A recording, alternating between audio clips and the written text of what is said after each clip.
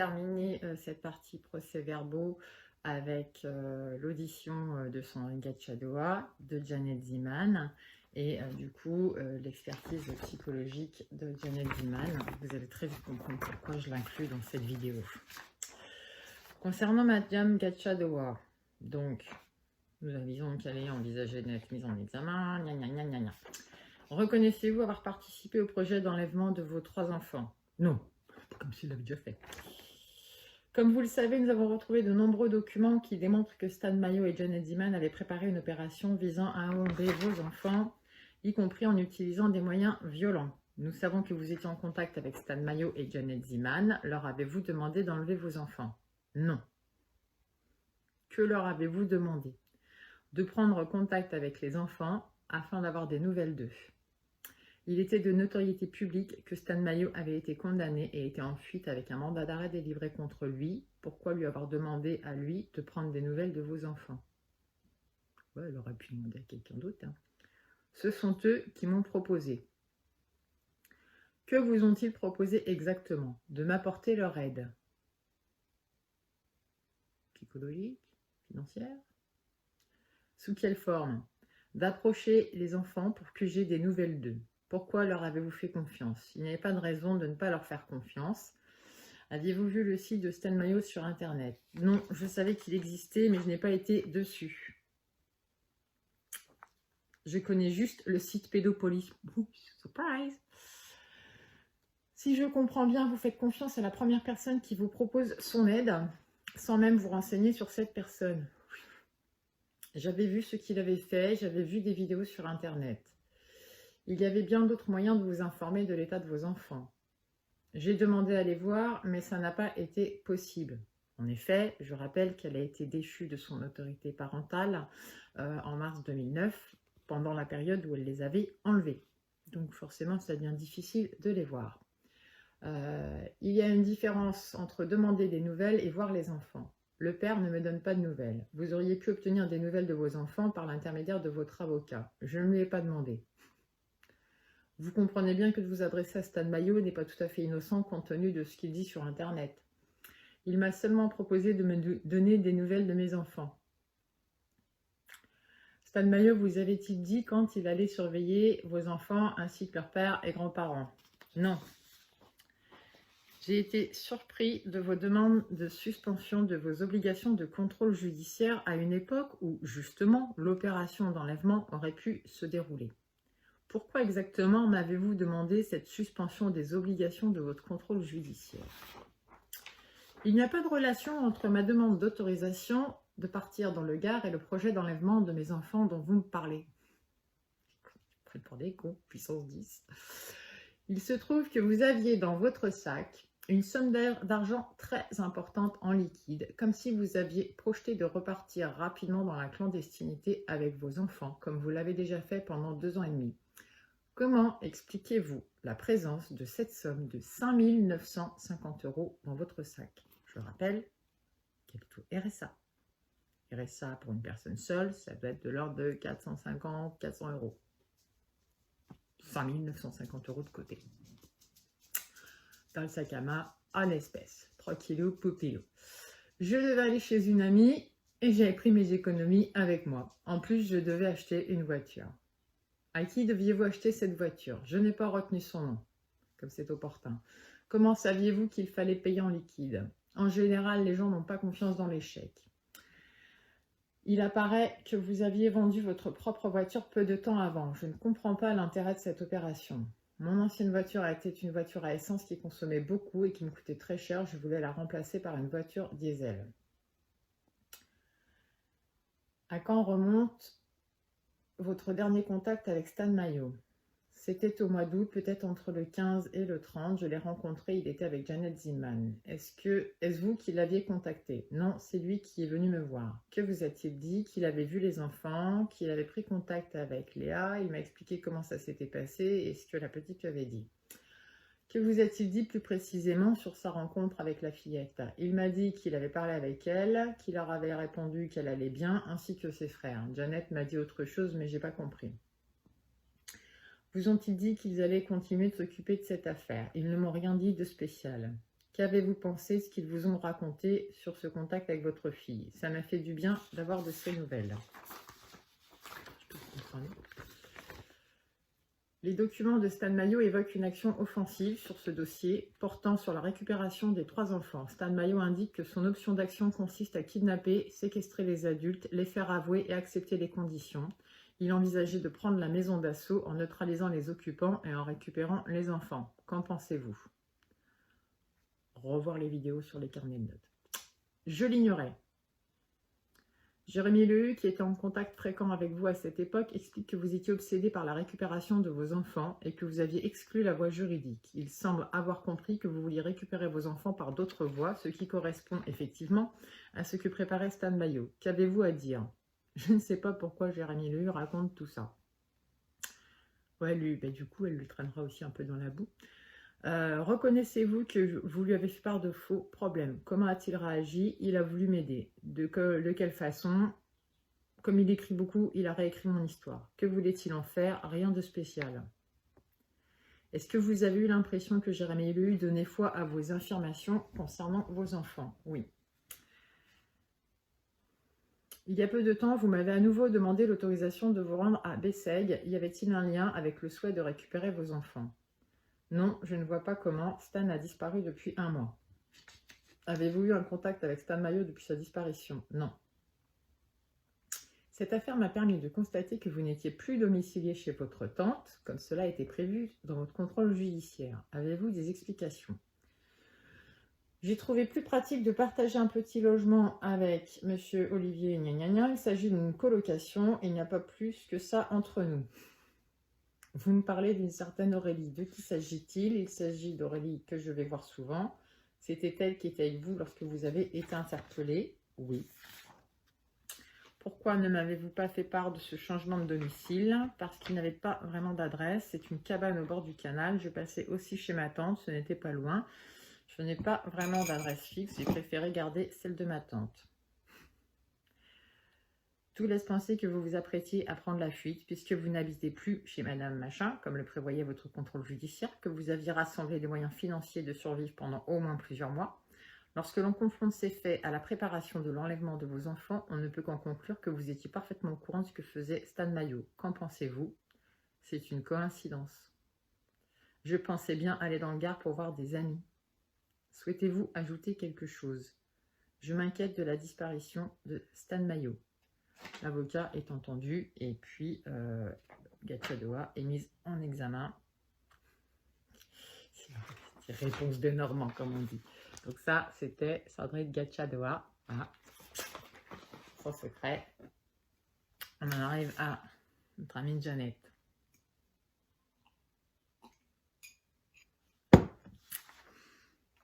Donc Jeannette qui demande un avocat commis d'office. Donc j'aimerais comprendre avec un avocat commis d'office comment ça se fait qu'on finisse par se retrouver avec des appels aux dons qui récoltent 15 000 € pour payer des avocats commis d'office. C'est juste une petite question comme ça. C'est très simple. Voilà, l'audition de Jeannette Ziman ne fait qu'une page. Elle déclare: je souhaite faire une déclaration. Moi, j'étais d'accord pour faire une enquête sur les enfants de Sandrine Gatchadoa pour voir si les enfants vont bien, et c'est tout. Je ne me suis pas engagée en quoi que ce soit d'autre. Il ne s'agit pas d'enlèvement, c'est hors de question. Je n'ai rien à voir avec ça. Et elle ne répondra plus après cette déclaration tonitruante. Donc, du coup, je me suis dit, vu que la carpe, elle est muette, eh ben, on va parler psychologie. On va peut-être y voir plus clair. Donc, l'expertise de psy de Jeannette, on est parti. Donc, je rappelle qu'elle est mise en examen pour participation à un groupement formé ou une entente établie en vue de la préparation caractérisée par un ou plusieurs faits matériels d'un ou plusieurs enfants, d'un ou plusieurs crimes, pardon, en l'espèce, l'enlèvement de 3 mineurs de 15 ans. Je ne l'invente pas, vous le lisez là. Là. Ison Bonnier, je rappelle que la participation au groupement formé ou l'association de malfaiteurs, comme elle est plus couramment utilisée, 2 personnes suffisent. Là, on les a largement. Donc voilà, alors les notes, on n'en parle même pas. C'est bien gentil après coup, quand on s'est fait gauler, de vouloir faire croire qu'on voulait écrire un roman noir ou je ne sais quel autre truc. En l'occurrence, visiblement, personne n'y a cru.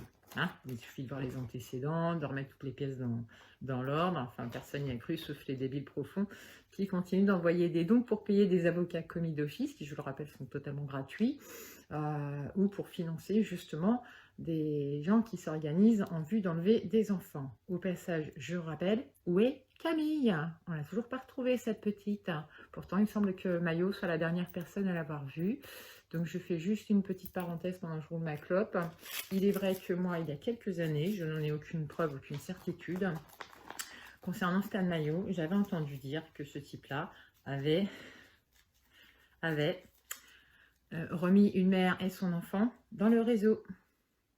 Voilà, je vous laisse méditer, je vous laisse réfléchir, je vous laisse vous poser des questions quand bien même vous en êtes capable.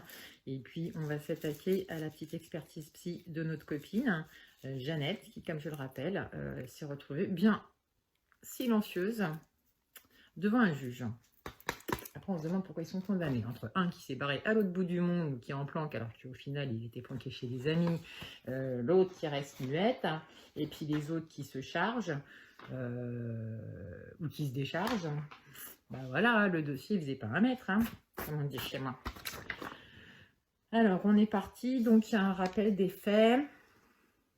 Voilà, hein, ils sont somme toute assez basiques. Hein, donc, c'est là qu'on découvre que, donc, suite à la fuite dans le champ de maïs de notre ami Maillot le 21 septembre 2012 et la découverte des carnets de notes qui relataient les surveillances d'une famille, et ben, cette famille est avisée.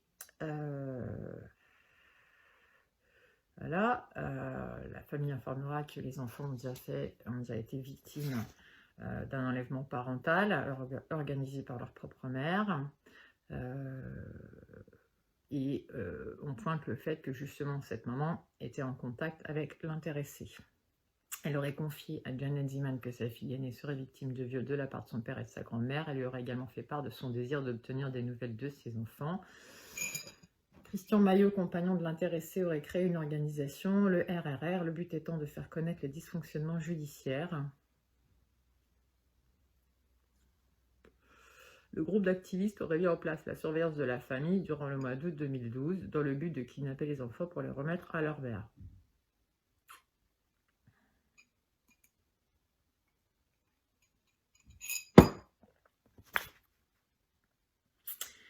Hein, donc, comme c'est écrit dans le carnet de Maillot, récupérer les 3 enfants, obtenir des aveux du père et de la grand-mère pour un rétablissement de la justice, laquelle la sienne visiblement.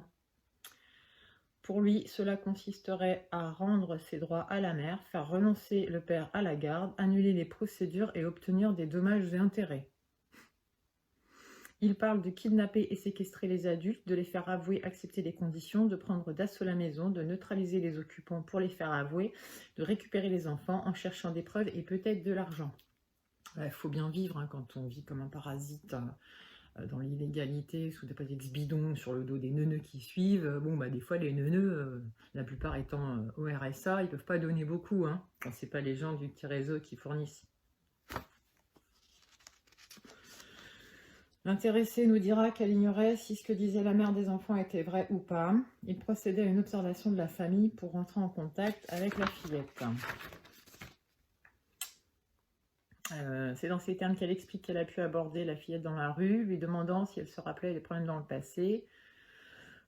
Elle a été surprise que je m'adresse à elle. Elle m'a répondu qu'elle n'avait pas de problème.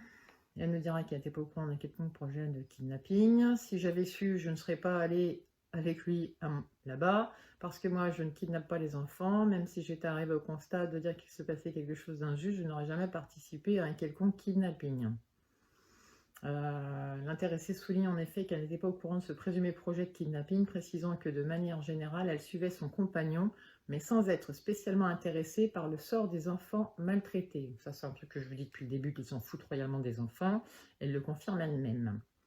Ce qu'elle en pense: je n'ai jamais voulu kidnapper les enfants. Pour moi, je n'ai rien fait de mal. C'est en fait parce que je suis assimilée à lui. Je ne voyais pas de mal à demander à la fille si ça allait et donner des nouvelles à sa mère. On s'était rencontrés pour faire un interview. C'est Stan, il me semble, qui avait pris contact avec Sandrine Gachadoa.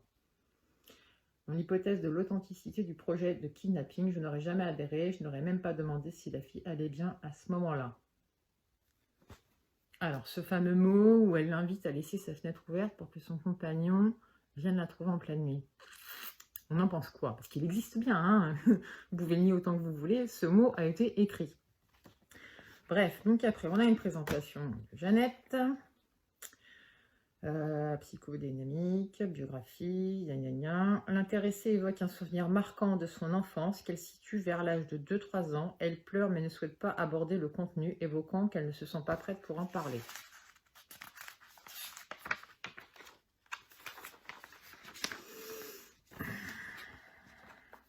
Concernant la scolarité et la vie professionnelle.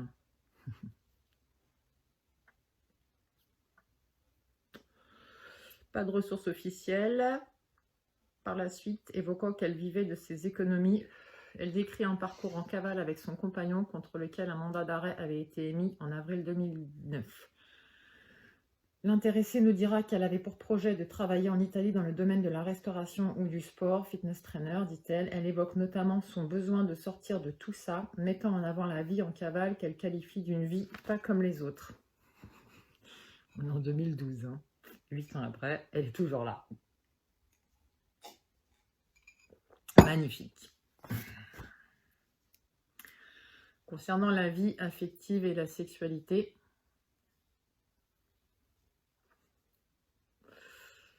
elle évoque une union d'1 an avec un partenaire de 10 ans, son aîné, avant de rencontrer en 2005 le dénommé Christian Maillot, mis en examen dans cette même affaire, son aîné de 11 ans. Ce dernier avait créé une organisation, le RRR, le but étant de faire connaître les dysfonctionnements judiciaires. Les deux protagonistes ont vécu en Allemagne, en France et également en Italie. Christian Maillot faisait l'objet d'un mandat d'arrêt depuis le 2 avril 2009 suite à un jugement du tribunal correctionnel de Perpignan. Considéré comme porté disparu depuis septembre dernier, l'intéressée nous dira qu'elle n'a plus de nouvelles de lui. Mon œil. Elle avait organisé des rassemblements pour découvrir la vérité et avoir des nouvelles de son compagnon. Bah ouais, il est en Suisse, tu le sais, tu l'as déposé la veille. Hein, derrière moi, tu l'as déposé en Suisse, mais tu fais croire à tout le monde qu'il a disparu. Elle nous dira que son compagnon lui manque, tout en précisant qu'elle projetait de se séparer de lui. Je n'ai pas envie de passer ma vie dans la clandestinité, je ne voulais plus une vie comme ça, puis c'était son combat, c'est lui qui voulait faire quelque chose pour les enfants en général. En 10 ans, je n'ai jamais réussi à me détacher de lui. Maintenant, c'est une séparation forcée, ça changera ma vie dans le bon sens, ce sera un nouveau chemin pour moi. Elle souligne à nouveau qu'elle avait décidé de prendre de la distance avec son compagnon et ses activités.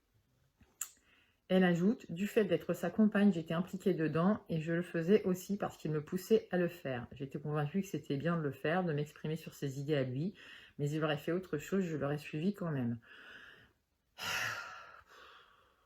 Bon, bah là, il est en tôle, donc t'es plus obligé de faire le clown et la mendiante, là, la Rome sur Internet a demandé du pognon, hein? Ou alors c'est parce que toi, tu as besoin de pognon, parce qu'au final, c'est ton compte en banque qui est cité. Hein? Bref, petite manipulatrice. Les antécédents médico-psychologiques, rien de particulier. Les antécédents judiciaires, aucune condamnation. Ah, c'est bien, aucune condamnation. On l'a vu tout à l'heure avec son casier judiciaire, néant, hein, rien à dire. Déroulement de l'incarcération. Bon, bah, ça se passe bien, sans incident. Et oui, parce qu'en France, contrairement à ce qu'on vous fait croire, on a quand même un système carcéral qui prend soin de ses patients. Mais bon, pour récolter du pognon, on ne sait plus quoi vous raconter comme mensonge. Alors, on vous parle des dents, des tumeurs, des machins, des hémorroïdes, rien ne va plus. Mais on n'est toujours pas capable de vous prouver qu'il y a un refus de soins. Parce qu'en effet, c'est très grave. Et moi, j'attends de voir la preuve de ça. Sur son projet lors d'une éventuelle mesure de libération, je veux trouver du travail et prendre le temps pour me faire plaisir, tout ce que je n'ai pas pu faire pendant que j'étais avec Stan. C'est pour ça que j'étais contente que la gendarmerie intervienne pour arrêter tout ça. On n'est pas le 1er avril pourtant, hein, je me rappelle, on est en janvier, hein, le 5 janvier 2013, hein, c'est pas la saison des blagues. Hein. Alors, concernant L'examen psychologique de Mademoiselle Ziman ne permet pas de mettre en évidence une quelconque pathologie mentale caractérisée. Pas de trait de caractère paranoïde, pas de processus délirant interprétatif écartant le sujet de la réalité. Pas de symptomatologie relative à une schizophrénie avec absence de notion d'impulsivité psychotique immotivée, pas de signe de dissociation psychique. Nous n'avons pas relevé de bizarreries de la pensée stéréotype. On ne retrouve pas de composants névrotiques morbides de la personnalité à type d'angoisse invalidante, ni de manifestations de conversion somatique, de conduite d'évitement phobique systématisée, de troubles obsessionnels compulsifs. Elle ne présente pas de troubles du raisonnement, ni du cours de la pensée. Son niveau intellectuel se situe dans la moyenne, le jugement et le discernement font l'objet d'aucune perturbation. Le discours, bien que parfois peu spontané et nuancé d'une certaine méfiance, conserve une bonne cohérence. Il n'apparaît pas à l'examen de perturbation du champ de conscience. Voilà, gna gna gna, donc a priori rien de... Voilà, elle va bien cette dame, je te demande bien pourquoi elle est comme ça. Son parcours socio-professionnel connaît un début plutôt ordinaire avant d'arriver en France et connaît un tournant lorsqu'elle va former une union avec Christian Maillot. Elle va en effet adhérer aux idéaux de ce dernier et va le suivre à travers un parcours d'itinérant puis marginal, décrivant par là des années de vie en cavale. L'intéressé sera de toute évidence sous l'influence de son compagnon, mais ne parviendra pas à s'en séparer, même si finalement son parcours de vie de couple ne lui convenait plus. Je peux lui mettre des doutes quand je vois la situation maintenant ? Au sujet des faits qui lui sont reprochés, elle met en avant son ignorance d'un quelconque projet de séquestration d'adultes ou d'enlèvement d'enfants. En tout état de cause, elle présente un caractère pacifique et pas profondément ancré dans ce qu'elle qualifie du combat de son compagnon. Il convient de distinguer cela avec son élan d'élitisme dans l'après-coup de la disparition de son compagnon, lui donnant une sorte de légitimité de leader au sein du groupe d'activistes. Moi, j'aurais plutôt dit au sein du groupe de neuneux débiles, des activistes. Il est à noter que sa situation d'étrangère en France loin des siens pouvait renforcer une relation de dépendance vis-à-vis de son compagnon. Elle fait à ce jour un bilan plutôt négatif sur ces 10 années passées sans accéder à un véritable statut socio-professionnel. L'idée d'une séparation, bien qu'à l'ordre du jour, ne s'avérait pas et ne s'avère toujours pas chose facile. L'intervention de la justice s'avère en ce sens particulièrement structurant pour elle et elle en a conscience. Nous préconisons une prise en charge psychologique. Conclusion. L'examen psychologique de Mademoiselle Janet Ziman ne permet pas de mettre en évidence une quelconque pathologie mentale caractérisée. En effet, nous ne trouvons pas de trait de caractère paranoïde, pas de processus délirant interprétatif écartant le sujet de la réalité. Son anamnèse ne démontre pas de difficultés spécifiques lors de son enfance et de son adolescence ayant entraîné des conséquences péjoratives sur son évolution psycho-affective. Il est à noter qu'elle fait abstraction d'un vécu marquant lorsqu'elle était âgée de 2-3 ans. Aucune anomalie mentale n'a pu intervenir dans l'infraction qui lui est reprochée. Elle a été indéniablement sous l'influence de son compagnon avec une accentuation de cette dépendance en raison de sa situation d'éloignement familial. Nous préconisons une prise en charge psychologique afin de pallier son état de mal-être réactionnel à cette fin de parcours complexe. Donc, nous sommes, je le rappelle, le 5 janvier 2013. Janet est en détention. À la demande du juge, il y a donc une expertise psychologique qui, comme on peut le voir, alors en parlant de MK, pour m'expliquer comment cette femme ose dire qu'elle s'en fout au final du sort des enfants que son compagnon prétend sauver, que de toute façon elle en a marre de cette vie, qu'elle compte le quitter parce que ça lui convient pas, elle a d'autres projets, en effet ça je peux comprendre, mais qu'au final en 2020 elle est toujours avec, en train de lire des textes pour faire des vidéos, pour vous demander du pognon, pour l'aider à soigner ses dents en prison, ce brave Maillot. Hein, vous la voyez toujours pas la quenelle, vous qui êtes si friand? Vous la sentez pas là? Il va falloir y mettre du verre pilé. Hein, donc voilà, ça c'était pour le dossier, les procès-verbaux. Je pense qu'on a fait le tour du dossier. Et donc, je me disais au final, on va conclure. On pourrait s'arrêter là. Et puis, comme je l'ai montré tout à l'heure, j'ai eu des nouveaux papiers. Donc je me suis dit, tiens, si on se faisait plaisir, et qu'au final... On continuait avec l'ordonnance de renvoi, le jugement de 2018, et puis du coup, merci maître pour ce partage, le jugement correctionnel du mois de janvier 2020. Donc du coup, là je vais stopper celle-ci puisqu'on a fini sur les pièces principales. Je vais faire une petite pause, me fumer une clope, tranquille, enfin finir ma clope plutôt. Et puis je vais vite fait vous les lire, je vous les montrerai pas trop parce que je les ai pas anonymisés. Hein, voilà, vous avez juste à voir ça. Hein. On va lire l'ordonnance de renvoi, le jugement correctionnel du mois d'août et puis celui du mois de janvier 2020. Voilà, je vous les lire, comme ça vous allez bien comprendre le motif, ce qu'on leur reproche, qui est loin de ce que eux vous expliquent en vidéo, tout comme leur soutien qui me font beaucoup rigoler parce que la plupart ne sont pas sur place. Je parle de la France, hein. Je pense à certaines personnes planquées en Bulgarie ou d'autres qui sont trop occupées à faire autre chose, qui connaissent rien à l'histoire au dossier, mais qui vous rameutent. Ben, écoutez, mes petits moutons, continuez à suivre. Par contre, arrêtez de me casser les ovaires avec vos conneries ou vos insultes, ça ne m'atteint pas. Vos remarques sur mon physique, je m'en branle comme de l'an 40, si vous saviez.